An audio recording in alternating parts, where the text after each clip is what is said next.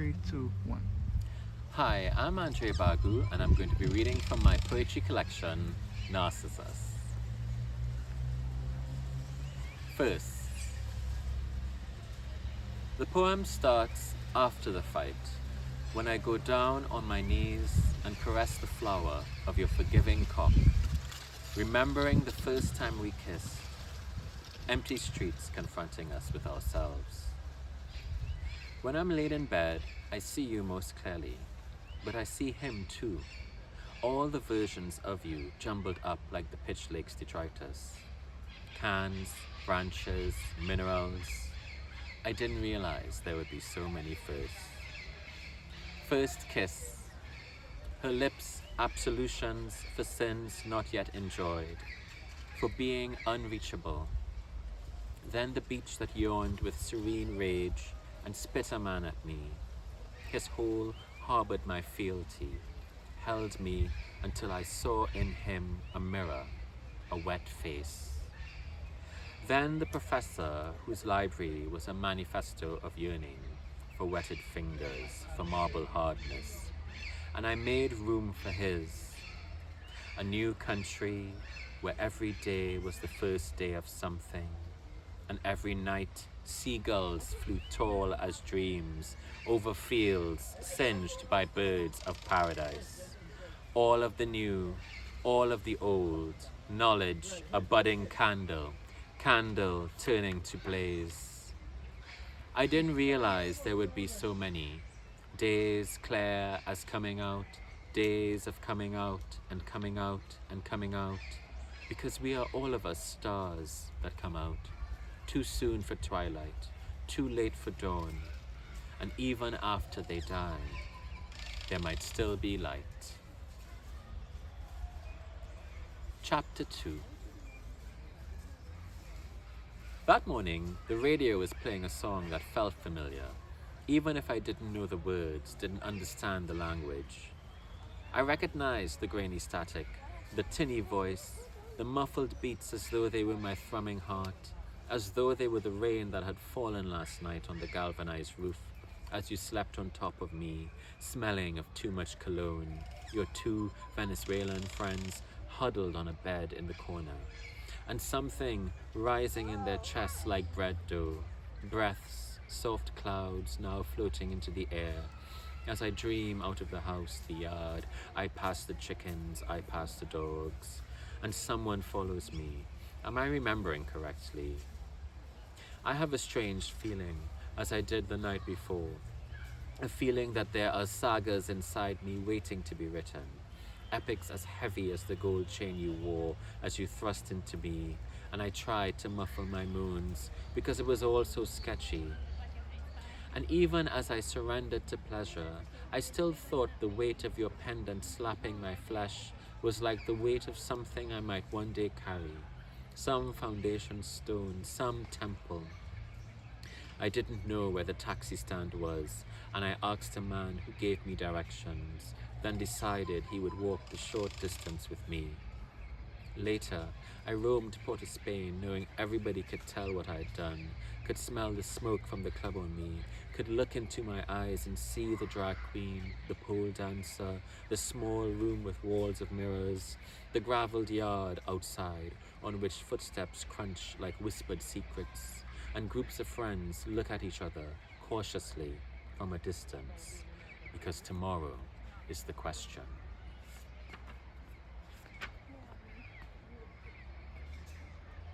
The next poem I'm going to read is called Tea Marie. Untouched.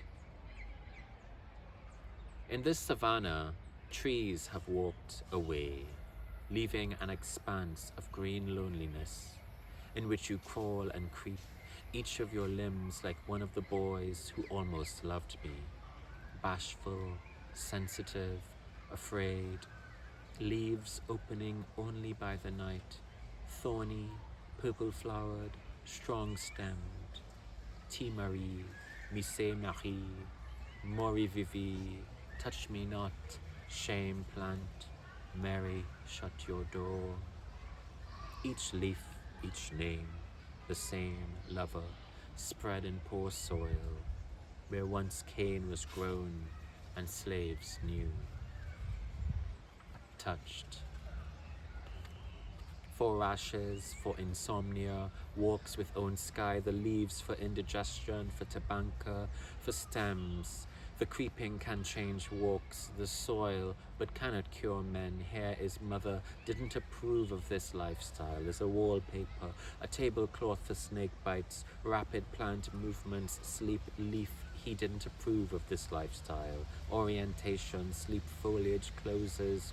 He really loves me during darkness and reopens in light. Sleep, unique, response to touch. He couldn't imagine this life as something you start, ideal for experiments. Regarding plant memory, bashful, shrieking, invasive, and someone else finishes. Species, petioles are also prickly. He wasn't that way, see? Cotyledons, filaments, pink to lavender. He wasn't interested. He wasn't saying yes to everything except this. He had a boyfriend. He was a perfect boyfriend. He, touching, warming, blowing, shaking, was too good for me. His grandmother didn't approve. He didn't know himself. Compound leaves fold inward and droop. I am for egg, for anomy, for opening and closing doors. Venus fly trap. The plant that elaborates. The boys who almost loved me. Ornella. She knew. A camera phone is a shield against the onslaught of lies and rumors. She saw what was happening. The savagery trained on their bodies. She thought of the child in her belly. How one day that could be him, lying in the dirt next to the highway, or slumped in a car with his birthday cake, or shot in the back with his hands up in surrender. Not worth it, her mother said. Come back inside. But what kind of world was it when police could shoot an unarmed man, then say he asked for it, then shoot the protesters, then silence their critics? When $1 million CCTV networks see nothing, when body cameras don't work, when authorities have no authority, when they probe and investigate and inquire and inquest and still cannot see what phone cameras can. Son after son after son, the same poem written again and again. Lines cut like lives sliced, the poet deranged, images of blood making halos around smashed heads that will never dream again.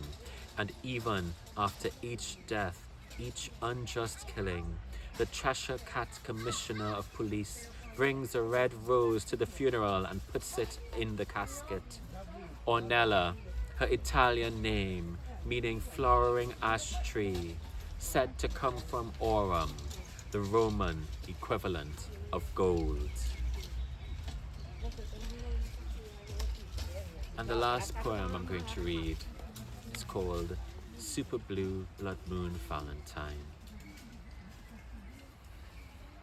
It was full moon, but not an ordinary full moon, and somehow the night was blacker than usual, and that just made the moon's light so much more magnetic.